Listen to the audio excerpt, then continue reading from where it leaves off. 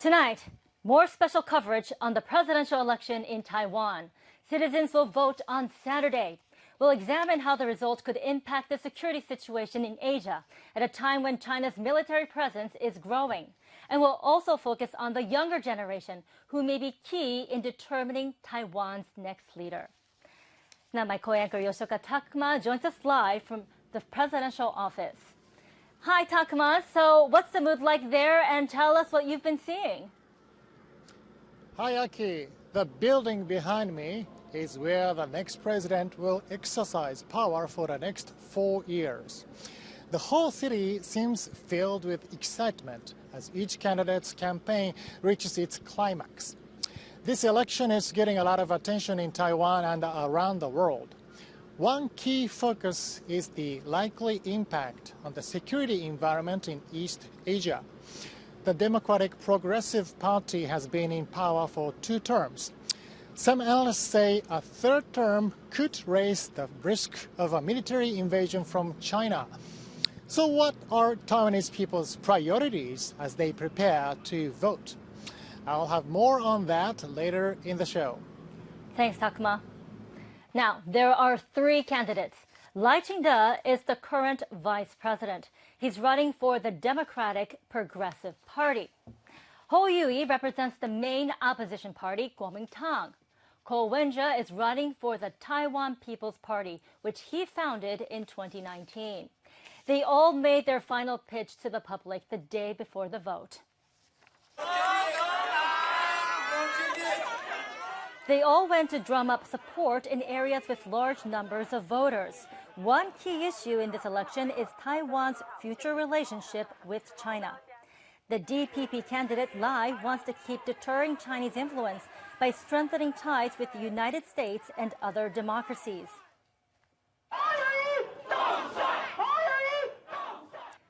On the other hand, the Kuomintang candidate Ho and the Taiwan People's Party candidate Ko are pushing for more dialogue with China. Some analysts are watching the voting intentions of Taiwanese who do business abroad, especially those with connections in China. Taiwan does not allow people to vote early or overseas, so its international airport has had a surge in business people coming home from China and Southeast Asia. I'm definitely going to vote. That's why I came home. We're going to choose a candidate who's fair, serious, and not corrupt. It's also believed a key to victory will be getting support for economic policies from unaffiliated voters and young people.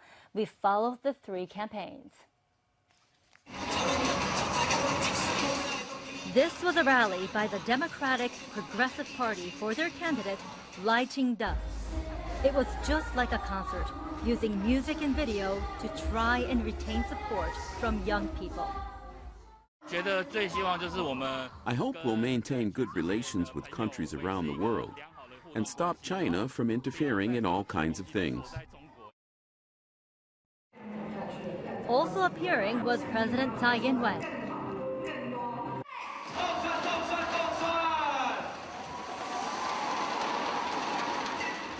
Lai talked up his achievements as vice president.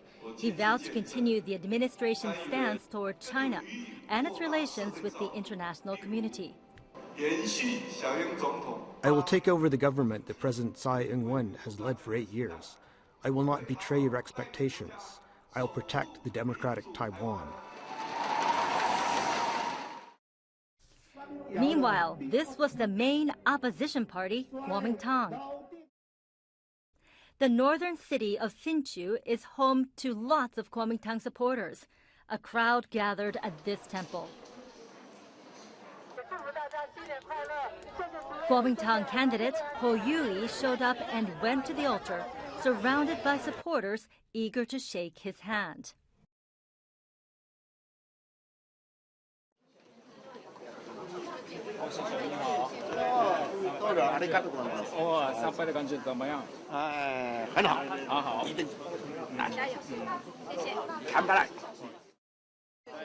There to cheer him were middle-aged and elderly people who've supported Kuomintang for many years. There's a lot of corruption and wrongdoing with the present government. I hope the new government will make changes.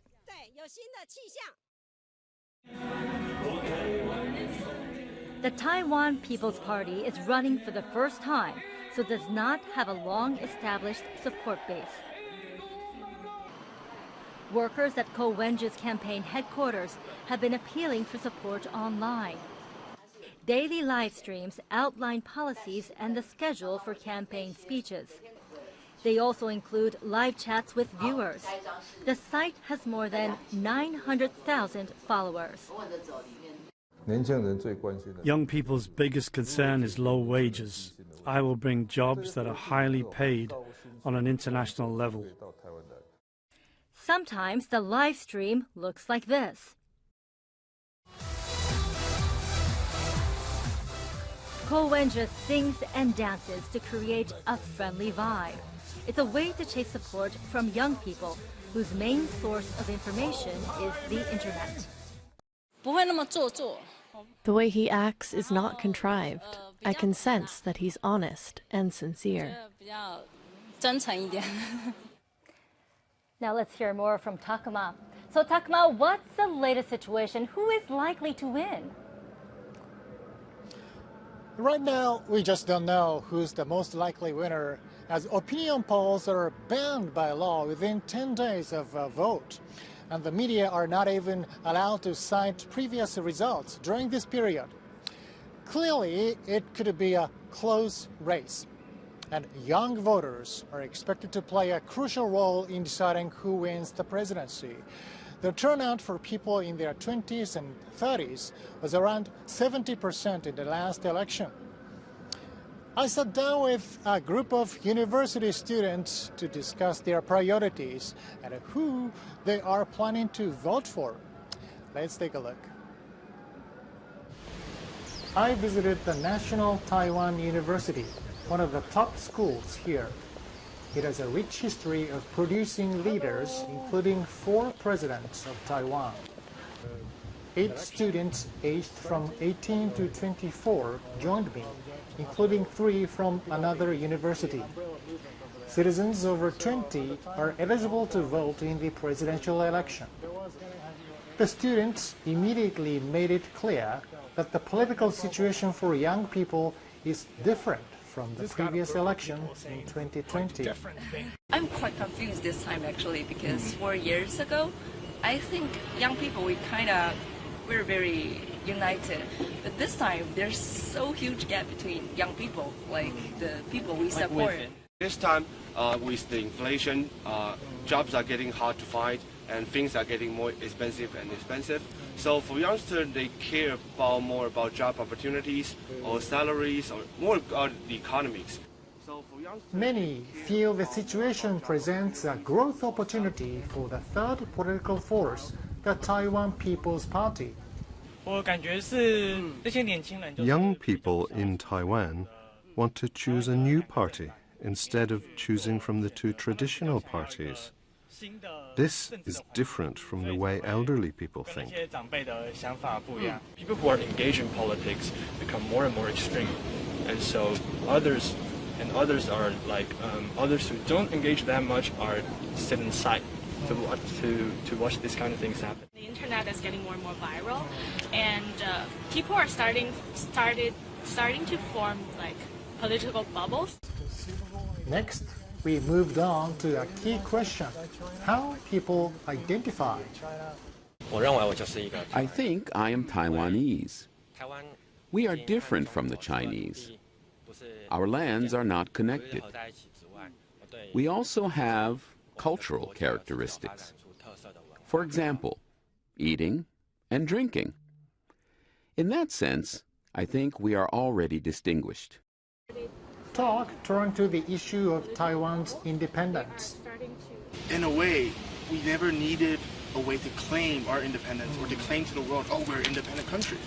Because by all regards and by all understanding of the word independent or country, we are a country. In international fields, Taiwan's name is often omitted. It will be deleted from any field, like Olympic Games our players will be called like from Chinese Taipei, and we don't have a formal games for the Olympics. So for youngsters like me, I do hope that our countries, Taiwan, can be more recognized by other countries, that Taiwan, this name, can be seen all over the world. Now the real difficulty is we recognize Taiwan as a country, but our constitution or our governmental system is the ROC, the Republic of China system.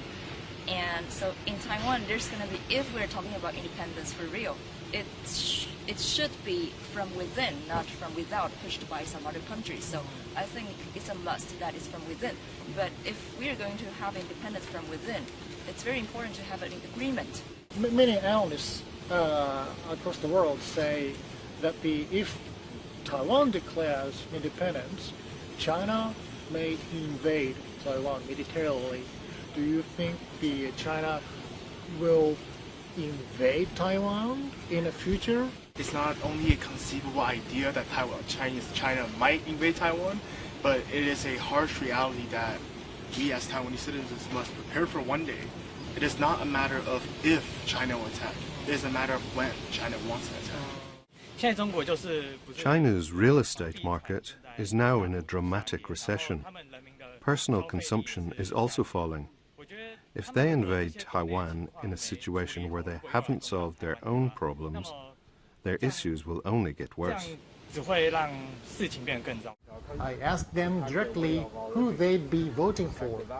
For me, it's DPP, the Green Party, Lai Ching-te, because I believe that more than economic or internal affairs, I think the external affairs that the DPP has handled, especially in international relations and trotting the line. I'm going to vote for Green too. And I think another point important is I think they're pushing a progressive value, which is supporting immigrant workers, supporting LGBT rights, and supporting, like, they see more values. For now, I would support Mr. Ho Yui of the KMT or Mr. Ko Wen-je of the TPP. Peace is the most important. On the subject of priorities for this election, many put protecting Taiwan's identity first. But at the same time, some are worried about how to ensure peace is maintained. Even though our economics might suffer some problems like inflation or unfairness, but I think China, mainland China, will not be the solution. I want to maintain peace, but we are Taiwanese and not with China. We should be aware of that. My priority is international relations and recognition. Yeah, but also nowadays it seems to be like if you agree or vote on a certain party, you seem to be declaring independence, or in a way, like so. Because the second priority for me is remain peace, so I think it is still a struggle for me, like, to decide on whether, like, which party to vote for, because these two priorities seems to be very contradicting. And Yoshioka Takuma joins us again from Taipei. So, Takuma, I can see how hard it is for young people to make a choice, but they all seem to want to protect their identity as Taiwanese. Yes, but some people fear a third term for the Democratic Progressive Party would mean a greater likelihood of military action from China. A more conciliatory approach to China could help prevent a war, but it could lead to more political and economic influence from the mainland. That's the dilemma young people are facing. We spoke to an expert on foreign relations and security. He believes the Kuomintang candidate Ho Yui has a reasonable party policy when it comes to security. If DPP does win this Saturday's election, I will consider the tension will immediately rise up, even if the conflict, military invasion, may not happen immediately, as China is also meeting with different challenges domestically. But at least the tension surrounding Taiwan would increase dramatically from all from military, political, economic, and social exchange. Most of the conclusion comes with easier way for Beijing to pay, which is blockade Taiwan. They don't have to really fire any shot. What they should do is a military blockade surrounding Taiwan, cut off supply chain. That would be quite enough to paralyze the normal activities Taiwan has. The DPP candidate Lai Ching-te says China would review its Taiwan policy and regard his party as a dialogue partner if he won. But Professor Liu says tensions would only ease after a victory for Kuomintang. China may consider sending a benign attitude to the upcoming new government organized by KMT. Probably they will reduce or completely remove all those military presence surrounding Taiwan. They will just withdraw back to a certain region and also reopen such a communication, social communication. Liu also says a Kuomintang administration would face a challenge in getting support from young people at home. He says it would need to address the fact that more and more of them identify as Taiwanese, but not as Chinese. The government, as a KMT, would have to think how to make young generation not just satisfied with what they are. They also need to think of how they will be satisfied in the future. So this will be a great challenge for KMT. As Professor Liu pointed out, growing military pressure from China has become a major concern for people in Taiwan. And the ruling DPP administration has extended mandatory military service. Before, all men over 18 had to serve for just 4 months. As of January, that's been raised to a year. Some people say the new policy will change the way they vote in the presidential election. NHK World's Yoshida Mayu has this report.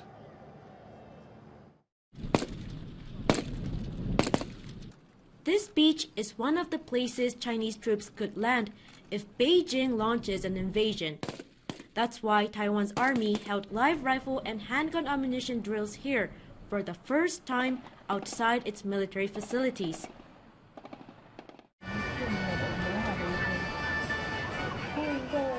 With a fear of a possible invasion looming, Taiwan's military is also hoping to beef up its numbers. It held an open house in an effort to court new recruits. Officials explained all the perks of joining up, including the salary. But I don't think these jobs are popular because military work is hard. The military has consistently struggled to hire professional soldiers. It's one of the reasons the government extended the mandatory service.